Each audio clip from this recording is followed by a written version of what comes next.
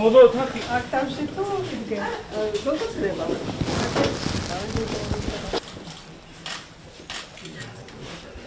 რამდენი კანდიდატია?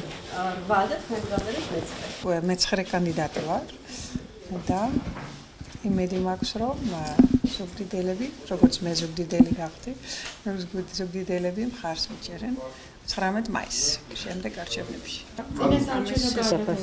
ნუ არის რაღაცა პრობლემები დაგვხდება, რა ვიცი, მაგრამ ესაც არის არ არის პრობლემა, მგლის არ უნდა შეგეშინდეს, როცა თხეში ვიდიხარ.